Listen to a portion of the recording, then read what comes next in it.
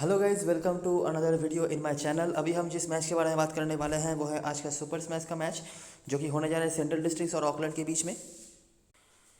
तो ये मैच वहीं पे होने जा रहा है जहाँ पे आज का मैच भी हुआ था, पुकेकुरा पार्क, न्यू प्लाईमाउथ, जो कि सेंट्रल डिस्ट्रिक्ट्स का होम ग्राउंड है। वेदर की कोई इशू नहीं है। ऑकलैंड आपको पता ही होगा पीछे जितने के रनर थे और सेंट्रल डिस्ट्रिक्ट चौथे स्थान पर। आज के मैच में भी आपने नोटिस करी होगी, मतलब रन्स बहुत ज़्यादा बने थे। ठीक है, पहले इनिंग्स पे मैं मान सकता हूँ शायद 223 कुछ ज़्यादा ही बड़ा हो गया था। अगर वो आखिरी मोमेंट पे आके डॉग ब्रेसवेल और स्लॉग में हिटिंग नहीं करते तो शायद 200 तक तो फिर भी मुझे लगता है बन ही जाते। और दूसरे इनिंग्स में भी काफ़ी अच्छी बैटिंग हुई थी। एंटोन डेवचिच ने मतलब धागा ही खोल दिया था 49 गेंदों में शतक लगाकर। तो एक चीज़ जो आपको समझ में आ रही होगी अभी सेंट्रल डिस्ट्रिक्ट्स की बॉलिंग को देखकर या उनके टीम को देखकर, फोर्थ ट्रॉफी से भी आपने ये चीज़ नोटिस करी होगी अगर आपने फोर्थ ट्रॉफी इनके मैचेस खेले होंगे तो, कि बॉलिंग में इशू इनके लिए बरकरार है। ठीक है, ऐसी कोई बात नहीं है कि विकेट्स कोई नहीं निकाल रहा है, लेकिन बॉलिंग में इश्यूज बरकरार है, रन्स बन रहे हैं। आपने आखिरी मैच में भी देखा होगा, शुरुआती कुछ विकेट्स इन्होंने जल्दी गिरा दिए थे, लेकिन उसके बाद बीच में आकर माइकल ब्रेसवेल ने बहुत ही मतलब बड़े स्ट्राइक रेट से उनको रन बनाया था। और जो टोटल शायद मतलब 150 160 तक रह सकता था वो और भी ज़्यादा हो गया था। बैटिंग में अभी के लिए उनका जो बैटिंग चल रहा है, कंसिस्टेंसी की बात करें तो ऑफकोर्स जॉर्ज वॉकर के ऊपर काफ़ी ज़्यादा डिपेंड कर रहा है। इसके सिवाय कुछ कुछ मैचों में क्लेवर ने कुछ स्टार्स लिए हैं। अगर मैं फोर्थ ट्रॉफी से बात करूं तो टॉम ब्रूस फोर्थ ट्रॉफी से आउट ऑफ फॉर्म नज़र आ रहे हैं। ठीक है, मतलब रिकॉर्ड्स तो सारे इनके सही हैं, लेकिन फॉर्म पे वो बिल्कुल भी नहीं नज़र आ रहे हैं और इसीलिए ये एक दिक्कतें खड़ी हो जा रही हैं। और आज के मैच में मिडिल ऑर्डर ने काफ़ी अच्छी बैटिंग करी है सेंट्रल डिस्ट्रिक्ट्स के होकर, स्पेशली स्लॉग्स में आखिरी के 5-7 ओवर में उन्होंने काफ़ी अच्छी बैटिंग करी है, तो स्कोर उनका बड़ा हुआ है। नहीं तो शायद यहाँ पर भी उनके लिए दिक्कतें खड़ी हो सकती थी। ठीक है, और फोर्थ ट्रॉफी से हमने ये चीज़ नोटिस करी है, विकेट्स उन्होंने भले ही निकाला हो लेकिन रन्स उनको भतेरा पड़ रहे हैं। ठीक है, दूसरी तरफ से ऑकलैंड की बात करें तो बहुत सारे इंपॉर्टेंट प्लेयर्स इस सीजन में उनके साथ अवेलेबल नहीं है। मार्टिन गप्टिल हो गए, कॉलिन मनरो हो गए, मार्क चैपमैन ये नहीं है। जो है उनमें से ही थोड़े बहुत इनकन्सिस्टेंसी हमें दिख रही है फॉर्म में। ग्लेन फिलिप्स फिर भी बेटर फॉर्म पे रहे हैं, लेकिन आखिरी मैच में वो रन नहीं बना पाए थे, वो अलग बात है। उन्होंने बॉलिंग करी थी। और इनके बॉलरों में से बात करी जाए, बेन लिस्टर के ऊपर इनका मतलब बहुत ज़्यादा डिपेंडेंस रहा है, लेकिन मतलब कुछ ज़्यादा ही इनकन्सिस्टेंट चल रहे हैं। फोर्थ ट्रॉफी में भी लगातार मैचेस ड्रॉप होने के बाद आखिरी के 1-2 मैच में उन्होंने अच्छी गेंदबाजी करी, और अभी सुपर स्मैश में भी बहुत ही मतलब ख़राब उनका परफॉर्मेंस चल रहा है। विकेट शायद नहीं मिला है अभी तक, और इकोनॉमी भी बहुत ख़राब चल रही है। धन फंड्स मतलब विकेट्स उन्होंने निकाले हैं, लेकिन आखिरी ओवर्स में आके उनको ये विकेट्स मिले हैं, नहीं तो शुरुआती झटके भी उनसे नहीं दी जा रही है। और बीच के ओवर्स में भी जो रिस्पॉन्सिबिलिटी होती है स्पिनर्स के ऊपर, या जो बीच के ओवर्स में बॉलिंग करवा रहा है जैसे ओली प्रिंगल, विल समरवाइल, ये भी कुछ खास नहीं कर पा रहे। तो दोनों ही टीमों का जो हालत है ना, वो बॉलिंग से मतलब काफ़ी खस्ता नज़र आ रहा है हमें। ठीक है, बैटिंग में फिर भी आप कह सकते हैं सेंट्रल डिस्ट्रिक्ट के जो बैट्समैन हैं, स्पेशली जॉर्ज वॉकर, वो काफ़ी कंसिस्टेंटली काम कर रहे हैं, लेकिन वहाँ पे भी ऑकलैंड के लिए कंसिस्टेंसी की कमी नज़र आ रही है। फोर्थ ट्रॉफी में विल ओडोनेल जो थे वो लगातार मैचों से रन बना रहे थे। रॉबर्ट ओडोनेल एज एवर मतलब जैसा उनका चलता है डिपेंडेंसी दे रहे हैं, लेकिन जब बात आती है बड़ी इनिंग्स की, जैसे कि आज के मैच में भी आपने देखा होगा जो इनिंग्स जॉर्ज वॉकर ने खेला था, वैसा कुछ डिपेंडेंसी अभी तक हमें देखने को नहीं मिला है। पहले मैच पर फिर भी आप कह सकते हैं सिन सोलिया और ग्रेम बेगिन ने अच्छे स्टार्ट दिए थे, लेकिन दूसरे मैच में दोनों ही एक लाइन से फ्लॉप हुए हैं। ठीक है, तो ये एक प्रॉब्लम उनके लिए चल रही है। देखते हैं हमें आगे क्या क्या चीज़ें मिलता है इस ग्राउंड पे। हालांकि सेंट्रल डिस्ट्रिक्ट के रिकॉर्ड्स कुछ खास अच्छे रहे नहीं हैं, ये बात हमने आखिरी मैच की वीडियो में बताई थी। अगर आज के मैच में भी उनका शायद डॉग ब्रेसवेल का इनिंग्स नहीं आता तो दिक्कतें बन सकती थी उनके लिए। देखते हैं जब ये दोनों टीमें आमने सामने होती हैं तो क्या होता है।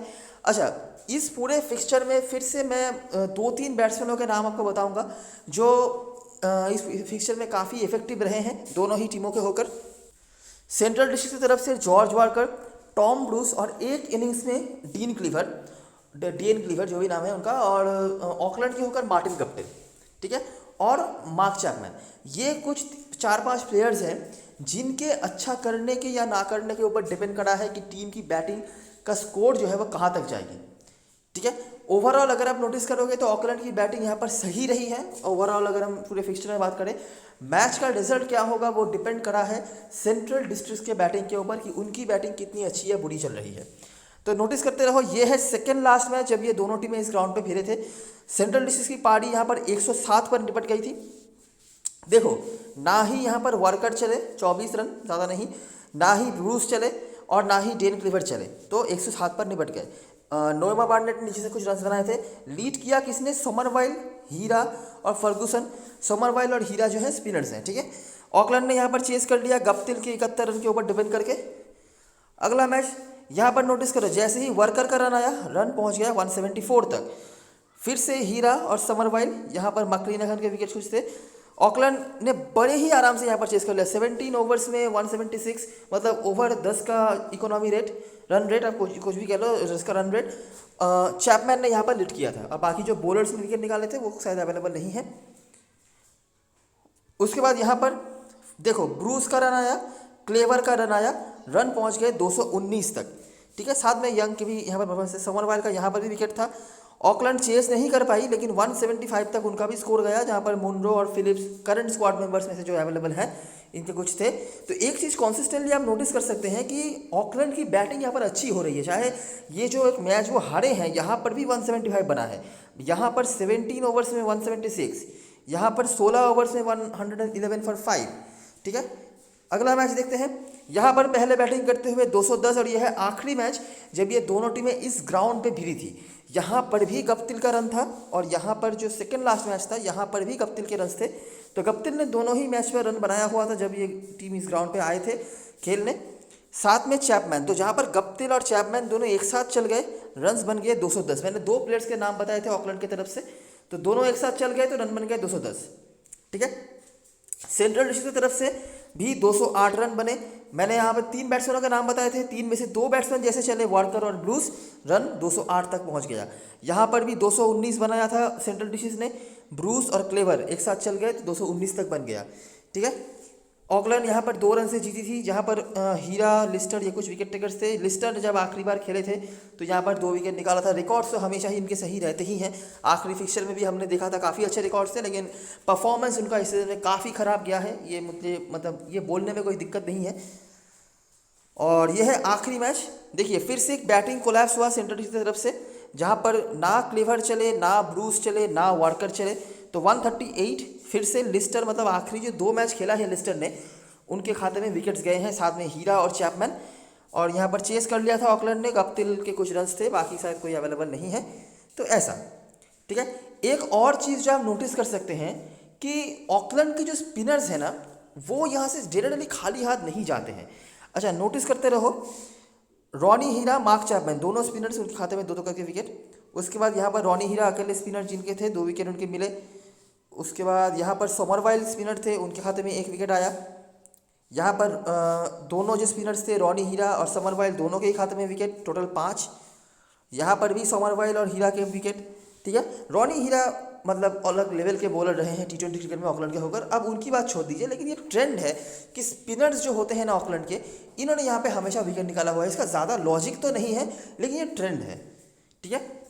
एक और चीज़ जो मैंने आपको बताई कि दोनों ही टीमों की तरफ से जो बैट्समैनों का नाम मैंने आपको बताया, George Worker, Dane Cleaver, Tom Bruce, ये तीनों ही टॉप 3 के भीतर आ जाते थे। अभी बेली विगिंस क्योंकि ओपनिंग कर रहे हैं सेंट्रल डिस्ट्रिक्ट में, तो टॉम ब्रूस 4 नंबर पे आ रहे हैं, लेकिन पिछले सीजन तक वो 3 नंबर तक ही आते थे। और दूसरी तरफ से ऑकलैंड की तरफ से मैंने बताया मार्टिन गप्टिल जो ओपनर है, और मार्क चैपमैन, वो भी 3 नंबर तक आ जाते थे। मतलब टॉप ऑर्डर का रोल इस फिक्सचर में दोनों ही टीमों के लिए बहुत इंपॉर्टेंट रहा है, ठीक है। आपने कुछ इनिंग्स में विल यंग का भी परफॉर्मेंस देखा होगा, बड़ा कुछ करते हुए। यहाँ पर उन्होंने 83 बनाया। ये भी टॉप ऑर्डर नहीं आते थे, ओपनिंग भी करी हुई है T20 क्रिकेट में। तो ये जो जोन है, यहाँ से काफ़ी रन्स बने हैं, और यहाँ से जब भी रन्स बने हैं ना, टोटल जो बना है टीम का वो काफ़ी लंबा गया है, ठीक है। हमने उस तरह से अभी भी इस फिक्सचर में बैटिंग कोलैप्स होते हुए नहीं देखा। 138 फॉर 8 ये एक लोएस्ट स्कोर मेरे ख्याल से था, और नहीं, ये एक बैटिंग कोलैप्स हुआ था जहाँ पर 107 बना था, और उसके बाद 138, नहीं तो 200 के ऊपर भी हमने 1-2 बार बनते हुए देखे हैं, ठीक है। परफॉर्मर्स की बात करें तो ग्लेन फिलिप्स का नंबर यहाँ पर आ जाता है, लगभग 44 का औसत है उनके खाते में। हालांकि एक ही शतक लगाया था और वो नॉट आउट रहे थे, नहीं तो रन्स यहाँ पे वो हमेशा ही बनाते रहते हैं। उसके बाद जॉर्ज वार्कर और डेन क्लीवर के भी कुछ रन्स हैं। ऑकलैंड के होकर उसको रॉनी हीरा का नाम हमने देखा, और विल समरवाइल 3 मैच में 6 विकेट इनके खाते में भी है। सेंट्रल डिस्ट्रिक्ट के होकर करंट स्क्वाड मेंबर्स में से सिर्फ ब्लेयर टिकनर अवेलेबल हैं और सेतराज तो नहीं खेल रहे हैं।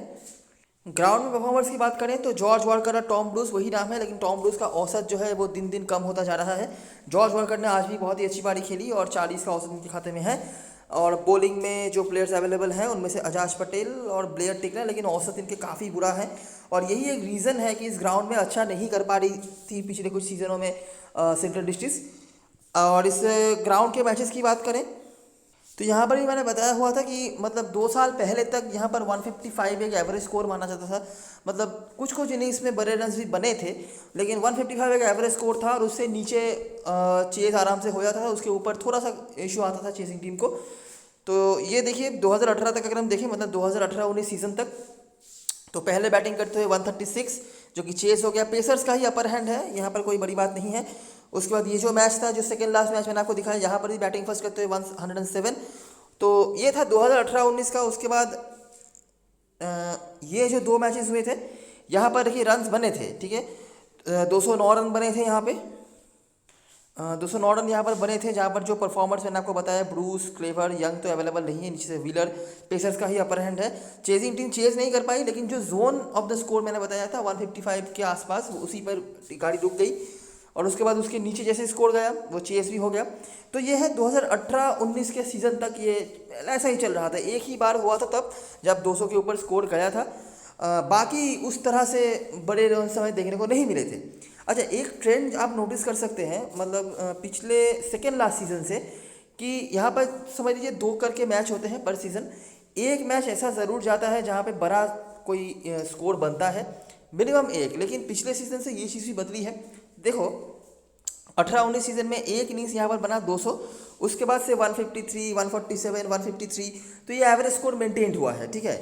लेकिन पिछले सीज़न में जो 2 मैचेस हुए हैं, और ये लगातार 2 दिन पे मैचेस हुए हैं। यहाँ पर देखिए अब 27 तारीख को मैच हुआ था, यहाँ पर 28 तारीख को मैच हुआ था, ठीक है। 27 तारीख पे 196 जो कि चेज नहीं हुआ, लेकिन 154 जैसे जो स्कोर मैंने आपको बताया मिड रेंज का, वही पे बने। और ये 28 तारीख को मैच हुआ था जब ये दोनों टीमें आखिरी बार इस ग्राउंड पे फिरे थे, 210 और 208, और पेसर्स का ही अपर हैंड रहा है। तो पिछले सीज़न से जो चीज़ हम नोटिस कर पा रहे हैं कि रन्स यहाँ पे बहुत बन रहे हैं। और आज का भी जो मैच था, यहाँ पर भी आपने देखा होगा 223 रन बने थे। तो रन्स यहाँ पे बहुत बन रहे हैं, ठीक है। और बैटिंग फर्स्ट टीम ने यहाँ पे रन्स जो है ज़्यादा बनाए हैं। ऐसा नहीं कि बैटिंग सेकंड टीम के लिए कुछ इश्यूज खड़े हुए हैं, मतलब वो ज़्यादा रन नहीं बना पाए हैं, ऐसी कोई बात नहीं। लेकिन बैटिंग फर्स्ट टीम के रन्स हमेशा ही यहाँ पे ज़्यादा हो रहे हैं पिछले सीज़न से। 196 चेज नहीं हुआ, चेज नहीं हो रहा है, लेकिन बैटिंग फर्स्ट का स्कोर देखिए आप, 210 फिर से चेज नहीं हुआ, लेकिन 208 तक यहाँ पर भी गया, और 230, और यहाँ पे ऑफ कोर्स चेज नहीं हुआ था। पेसर्स का ही अपर हैंड है, स्पिनर्स का कुछ खास यहाँ पे रोल नहीं रहा है, और यही कुछ चीज़ें हैं। तो ये है ग्राउंड की हालत। तो आज कल के मैच में भी आप ये एक्सपेक्टेशन रख सकते हो कि ज़्यादा रन्स बनेंगे। मतलब बहुत सारे ग्राउंड्स ने आपने देखा होगा कि लगातार 2 दिन का जब मैच होता है, तो दूसरे मैच में जैसे जैसे टाइम आगे चलता जाता है तो पिच थोड़ा सा मुश्किल हो जाता है बैटिंग के लिए। लेकिन अगर हम पिछले सीज़न की बात करें तो जो दोनों ही मैचेस हुए थे, यहाँ पे दोनों ही मैचेस पे रन्स बने थे, और लगातार 2 दिन पे 27 तारीख को भी 28 तारीख को भी रन्स बने थे, और 28 तारीख का डे नाइट मैच था वैसे, तो यहाँ पे रन्स बने थे। तो आप एक्सपेक्ट कर सकते हो कि यहाँ पर रन्स तो बनेंगे, ठीक है। और जोन्स कौन कौन से हैं मैंने हेड टू हेड से आपको बताया है, तो वही से आपके लिए जो है प्लेइंग प्लेयर्स आ सकते हैं। अभी देखिए क्या है कि ऐसे बहुत सारे प्लेयर्स हैं, जो मैं ऑकलैंड के भर मैच में ही बता रहा हूँ कि ऐसे बहुत सारे प्लेयर्स हैं जिनके रिकॉर्ड्स तो हैं लेकिन वो अवेलेबल नहीं है। तो उस तरह से बता नहीं सकते हम कि कौन से प्लेयर को चूज़ करना है, क्या करना है। जो मैं आपको बता सकता हूँ, कुछ हद तक रिकॉर्ड्स जो हमें मिले हैं उस हिसाब से, और करंट फॉर्म के बेसिस पर जो रिसेंटली जो मैचेस वो खेल के आए हैं, चाहे वो फोर्थ ट्रॉफी हो या फिर इस टूर्नामेंट में जो मैचेस वो खेले हैं, उस हिसाब से, ठीक है। स्मॉल लीग शॉर्ट लिस्ट में मैं किसी को रख नहीं रहा क्योंकि रिकॉर्ड्स काफ़ी कम है, ठीक है। अगर आपको मतलब कुछ जो नाम मिले हैं जैसे कि जॉर्ज वॉलकर, डेन क्लीवर, कुछ हद तक शायद टॉम ब्रूस, ये कुछ नाम आप कंसिडर कर सकते हैं, ठीक है। और बॉलिंग में विल समरवाइल और ब्लेयर टिकनर, यस, बस ये कुछ नाम, लेकिन इसके बाहर उस तरह से रिकॉर्ड्स वगैरह कुछ नहीं है। अच्छा, एक चीज़ जो आपने नोटिस करी होगी कि बैटिंग फर्स्ट यहाँ पे हमेशा ही रन बनता है जब भी बड़ा स्कोर बना है। कुछ इनिंग्स में हमने देखा है कि चेजिंग टीम जो होती है थोड़ा उनको दिक्कतों का सामना करना पड़ा है। आज के मैच में भी यही हुआ। अगर आप मतलब एंटोन डेफचिच के जो मतलब एक्स्ट्राऑर्डिनरी इनिंग्स था उसको आप हटा देंगे ना, तो 178 में से एंटोन डेफचिच ने बनाया था 109। अगर आप उस इनिंग्स को हटा देंगे तो आपके पास बचेगा 70 के आसपास रन, 69 रन, जिसमें से एक्स्ट्रास वगैरह कुछ है। तो बाकी के 10 प्लेयर्स ने मिलाकर वो रन बनाया। मतलब सेकेंड इनिंग्स में जो बैट्समैन आ रहे हैं ना, उनके तरफ से हमें ऑन एन एवरेज ज़्यादा स्कोर देखने को नहीं मिले हैं आज के मैच पर। एक ही मैच मैंने जो देखा है, जो कि आखिरी बार ये दोनों टीमें आमने सामने हुई थी, कि चेजिंग टीम ने भी 200 के ऊपर बना दिया। नहीं तो चेजिंग टीम काफ़ी आगे इनकी गाड़ी रुक रही है। यहाँ पर 178 45 रन पर टीम जीती थी, बैटिंग फर्स्ट करने वाली टीम, और यहाँ पर 154, यहाँ पर भी लगभग 42 के आसपास रन से टीम जीती थी। ठीक है, तो सेकेंड इनिंग्स में जो भी टीम बैटिंग कर रही है उनके लिए दिक्कतें खड़ी हो रही हैं, अगर किसी बैटिंग साइड को दिक्कतों का सामना करना पड़ रहा है तो। ठीक है, लेकिन फिर भी स्कोर यहाँ पे ओवर 150 ही जा रहा है, उससे नीचे नहीं। तो अनडाउटेडली अगर हम ट्रेंड की बात करेंगे तो हमें एक बैटिंग हैवी टीम ही बनानी है। ठीक है, और अगर मैं मतलब एक साइड की तरफ से बताऊं, समझ लीजिए अगर सेंट्रल डिशेस पहले बैटिंग कर रही हैं तो सेंट्रल डिशेस के जो बैट्समैन मैंने बताए हैं, और अगर आप सिलेक्शन परसेंटेज देख के जाना है तो उसी हिसाब से आपको उनके बैट्समैन लेने हैं। और सेकेंड इनिंग्स के जो बॉलर्स हैं उनको थोड़ा ज़्यादा आप रख सकते हो। ठीक है, स्पेशली पेसर्स को, क्योंकि आपने पेसर्स का ही जो है रिकॉर्ड जो भी है आपने देखा है। एक और ऑब्जर्वेशन जो मैं आपको कह सकता हूँ कि दोनों ही मैच में मैंने नोटिस करा है कि सेंट्रल डिशेस के होकर जो बॉलर्स बीच के ओवर से बॉलिंग करवा रहे हैं ना, मतलब समझ लीजिए ये 7-8 ओवर से 15 मैक्सिमम 16 ओवर तक के ड्यूरेशन में जो भी बॉलर बॉलिंग करवा रहे हैं उनका कुछ खास इफेक्ट रह नहीं रहा। आज के मैच में नोएमा बार्नेट ने विकेट ज़रूर निकाला है, लेकिन मतलब बॉलर का ज़्यादा विकेट उन्होंने निकाला है, लोअर ऑर्डर के बैट्समैनों का विकेट निकाला है, लेकिन इफेक्टिव कोई विकेट उन्होंने नहीं निकाला था। पिछले मैच में भी यही चीज़ हुआ था। डेवॉन कॉन भी एक तरफ से ओपनिंग से खड़े थे, उनकी बात छोड़ दीजिए, लेकिन बीच में आ गए माइकल ब्रेसवेल और उन्होंने मार के धागा खोल दिया था। ठीक है, मतलब बहुत ही कम गेंद में उन्होंने बहुत ज़्यादा कुछ रन बना दिए थे। तो ये एक चीज़ हो रहा है। तो देखिए, क्योंकि फर्स्ट पॉइंट आप ये देख रहे हैं कि सेकेंड इनिंग्स में बैटिंग करने वाली टीमों के लिए दिक्कतें खड़ी हो रही हैं, तो सेकेंड इनिंग्स में जो भी टीम बैटिंग करेगी, इनिशियली मैं आपको फॉर एग्जांपल यही समझा रहा हूँ कि सेंट्रल डिशेस बैटिंग फर्स्ट कर रही है, तो अगर ऑकलैंड सेकेंड से बैटिंग करती है तो उनके हमें मिडिल ऑर्डर से ज़्यादा प्लेयर्स लेने हैं। और इसके पीछे एक और लॉजिक ये भी है कि मिडिल ओवर्स में जो बॉलर्स बॉलिंग करवा रहे हैं सेंट्रल डिशेस के होकर, वो कुछ ज़्यादा इफेक्टिव लग नहीं रहे हैं। तो इस हिसाब से मिडिल ऑर्डर के बैट्समैनों का दोनों तरफ से ही आपका फायदा होना चाहिए, जो भी टीम सेकेंड इनिंग्स से बैटिंग करने आएंगी। ठीक है, स्पेशली अगर मतलब ऑकलैंड बैटिंग करने आती है तो।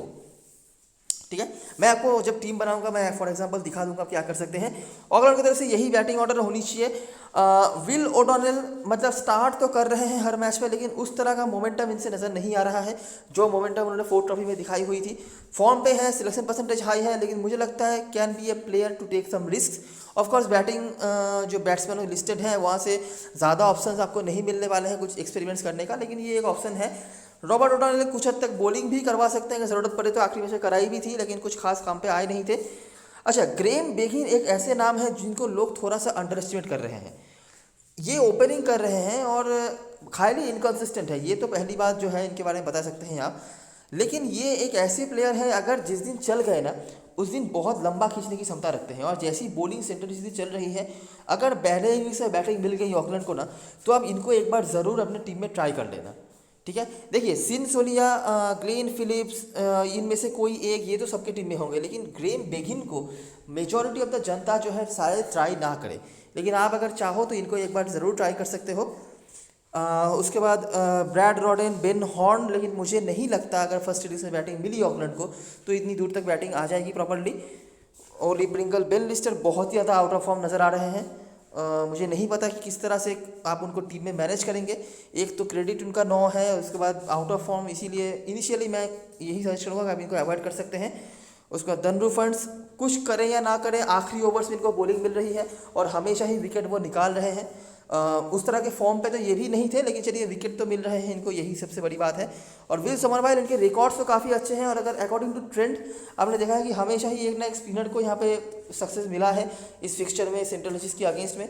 समरवाइल सेफ पिक है, हालांकि इस पिच से मुझे नहीं लगता उनको कुछ खास फायदा मिलने वाला है, लेकिन हाँ अगर आप सिलेक्शन परसेंटेज देख रहे हो और अकॉर्डिंग टू ट्रेंड इनका रोल आ सकता है। सेंट्रल डिसीज के होकर जॉर्ज वाकर यूनिवर्सल कैप्टन होने चाहिए कल के मैच पर। सारे रिकॉर्ड्स इनके सपोर्ट में हैं और अच्छे फॉर्म पर भी दिख रहे हैं। और पिछले सीजन में जो चीज़ वो मिसिंग हो रही थी उनसे कि बड़े इनिंग्स में नहीं खेल पा रहे थे, आज के मैच में ये चीज़ उन्होंने करके दिखाई है। ठीक है, और ऑफ कोर्स डिपेंडेबल बैटरिंग तो है ही है। इसके सिवाय बेली विगिंस ये आज के मैच में जल्दी आउट हो गए थे, लेकिन इस ग्राउंड पे इनके रिकॉर्ड्स काफ़ी डिसेंट रहे हैं 50 ओवर क्रिकेट में। एक बहुत ही अच्छे क्रेडिट सेवर और ऑप्शन दोनों ही आपके लिए बन सकते हैं बैटिंग से। डेन क्लीवर देखिए ये बहुत बड़ा कुछ नहीं कर रहे हैं, 20, 25, 30 यही कुछ बना रहे हैं और क्रेडिट भी इनका ज़्यादा ही है। लेकिन प्रॉब्लम यही है इनको ड्रॉप करने का कि ये कीपिंग कर रहे हैं। तो अगर ये समझ लीजिए 25 रन भी बना दिए ना, या फिर 25 पॉइंट आपको कलेक्ट करके दे दिए कीपिंग से, तो at the end of the match इनके 40 से 50 के बीच में पॉइंट कहीं नहीं जाएंगे, क्योंकि कीपिंग कैचिंग कीपिंग के जो पॉइंट्स है मतलब कैचिंग स्टंपिंग, यहाँ से ये काफ़ी पॉइंट आपको ऐसे ही कलेक्ट करके दे सकते हैं। उसके बाद ब्रूस बिल्कुल भी फॉर्म पे नज़र नहीं आ रहे हैं, लेकिन टीम के कैप्टन भी हैं और बड़े बैट्समैन हैं, रिकॉर्ड सारे हैं। अगर आप सिलेक्शन परसेंटेज भी देखोगे तो इनका हाई ही रहेगा। लेपर्ड ठीक ठाक फॉर्म पे है, लेकिन जहाँ पे उनकी बैटिंग आ रही है वहाँ पे कुछ ज़्यादा वो कर नहीं पा रहे हैं। ऑफकोर्स डॉग ब्रेसवेल ने कमाल की स्लॉग हिटिंग करी है आज के मैच में, बॉलिंग से खास कुछ नहीं कराया है, ये एक चीज़ है जो नोटिस करने वाली है। बैटिंग में डेली इनको प्रॉपरली मौका मिलेंगे या नहीं, ये एक सोचने वाली बात है, लेकिन बॉलिंग से वो इनफेक्टिव रहे थे। अजाज पटेल, ब्लेयर टिग्नर और जो फील्ड आज के मैच में भी उन्होंने अच्छी गेंदबाजी करी थी, कम से कम विकेट तो निकाला ही था जो फील्ड ने। कैप्टन वाइस कैप्टन चॉइस की बात करें तो ऑकलैंड के होकर विल ओडोनिल और सोलिया अभी सेफ स्ट्रिक में हैं। उसके बाद रॉबर्ट ओडोनिल, सोमरवाइल, रिस्क लेना है तो फर्न्स या लिस्टर में से कोई एक, और बैट्समैन में से ग्रेम बेकिन जिनका बारे में मैंने बताया। सेंट्रल डिसीज के होकर जॉर्ज वाकर और टॉम ब्रूस सेफ स्ट्रिक में होंगे। उसके बाद क्लेवर और क्लार्कसन, आप यहाँ पे क्लार्कसन की जगह पर ब्रेसवेल को भी कंसीडर कर सकते हैं। आज के मैच में जो पारी उन्होंने खेली उसके बाद बहुत लोग उनको लेंगे, लेकिन याद रखना कि उनकी बैटिंग ऑर्डर एक तो नीचे है और डेली स्लॉग में हिटिंग करेंगे, ये पकड़ के चलना थोड़ा मतलब गलत हो सकता है मेरे ख्याल से, क्योंकि बॉलिंग से इन्होंने कुछ खास करा नहीं है despite he is the strike bowler of the team. उसके बाद विगिंस बैट्समैनों में से और नोएमा बार्नेट, अजाज पटेल में से कोई एक। तो ये रही सारी चीज़ें। अभी एक बार देख लेते हैं ड्रीम 11 की टीम। तो इस कॉम्बिनेशन का क्या लॉजिक है मैं बताता हूँ, ठीक है। मैंने यहाँ पे यही एक्सपेक्ट किया है कि ऑकलैंड अगर पहले बैटिंग करी तो मैंने क्या किया है देखियो, मैंने टॉप 4 के सारे बैट्समैनों को ले लिए हैं, ठीक है, टॉप 5 के सारे बैट्समैनों को ले लिया है। इनमें से ही मैं हो सकता है किसी को कैप्टन भी बना दूं, और मैंने यहाँ पर एक्सपेक्ट किया है कि बैटिंग फर्स्ट करते हुए जो टीम का 200 रन के ऊपर बना है और हेड टू हेड में भी हमने ऐसी चीज़ें देखी हैं, तो इसी हिसाब से मैंने ऐसा कर दिया है। अगर आप चाहो तो यहाँ पे बेगिन या विल ओडोनिल में से किसी एक बैट्समैन को ऐड कर सकते हो सेंट्रल डिस्ट्रिक्ट की तरफ से। बॉलिंग में मैंने अजाज पटेल को रखा है क्रेडिट सेव करने के लिए, बस और कोई रीज़न नहीं है। और नोएमा बार्नेट, ये दोनों ही 20 के ओवर से मेरे लिए काम पे आ जाएंगे और नोएमा बार्नेट बैटिंग भी कर सकते हैं। अगर आप चाहो नोएमा बार्नेट के जगह पर यहाँ पर आप ब्लेयर टिग्नर को ऐड कर सकते हो। और दूसरी तरफ से मैंने सिर्फ वार्कर और क्लेवर को रखा है और कोई भी बैट्समैनों को मैंने नहीं रखा। क्लेवर मुझे कीपिंग के भी पॉइंट्स दे देंगे इसीलिए, और वार्कर तो यूनिवर्सल पिक है स्मॉल लीग के लिए इसीलिए है। नोएमा बार्नेट नीचे से कुछ बैटिंग भी कर सकते हैं।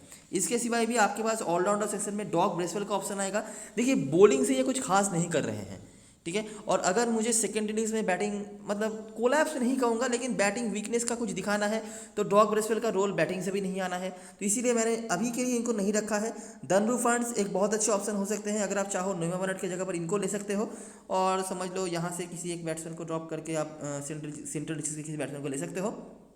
मतलब ये अगर सेंट्रल डिशेस पहले बैटिंग करे तो इस कॉम्बिनेशन को जस्ट मतलब पलट देना, ठीक है। और उस समय में यहाँ पे बेली विगिंस को भी आप कहीं से ऐड कर लेना, क्योंकि उनके रिकॉर्ड्स इस ग्राउंड पे हमेशा अच्छे रहते हैं।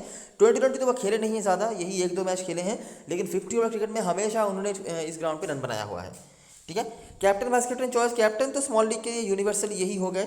वाइस कैप्टनसी के लिए ग्लेन फिलिप्स अच्छे चॉइस हो सकते हैं। काफ़ी रीज़न है, एक तो ये बैटिंग पे अच्छे फॉर्म पर हैं, दूसरे बैटिंग पे इनके रिकॉर्ड्स अवेलेबल जो है हेड टू हेड में ये काफ़ी अच्छे हैं, और तीसरी बात आपने देखा इस फिक्सचर में हमेशा ही ऑकलैंड के जो स्पिनर्स होते हैं उनको कुछ ना कुछ रोल हमें मिलते हुए देखा है, तो इस हिसाब से मतलब ग्लेन फिलिप्स का भी रोल जो है आ सकता है। मैंने यहाँ पे जो फील्ड को नहीं रखा है, ब्लेयर टिग्नर को नहीं रखा है, अगर आप चाहो तो उनमें से भी किसी को ऐड कर सकते हो। जो फील्ड क्रेडिट सेवर भी है और अच्छा कर भी रहे हैं, और यहाँ से ऑलराउंडर में धनरू फंड्स जो काफ़ी अच्छा कर रहे हैं। बेन लिस्टर को मैं स्मॉल लीग के लिए सजेस्ट नहीं करूँगा, क्योंकि थोड़ा बहुत क्रेडिट का इशू वो दे सकते हैं और बिल्कुल भी फॉर्म पे मुझे नज़र नहीं आ रहा है, इसीलिए ये है। अगर ऑकलैंड पहले बैटिंग करी तो, अगर ऑकलैंड पहले बैटिंग नहीं कर रही है तो जस्ट कॉम्बिनेशन को बदल देना, और जो कैप्टन वाइस कैप्टन आप ऑकलैंड की तरफ से बना रहे थे वो आप बना देना सेंट्रल डिशेस की तरफ से, ठीक है। तो ये रही सारी चीज़ें और सारी एनालिसिस। अगर आपको अच्छा लगा हो तो लाइक ज़रूर करना, सब्सक्राइब करना चैनल को। तब तक के लिए best of luck for this match and goodbye for now.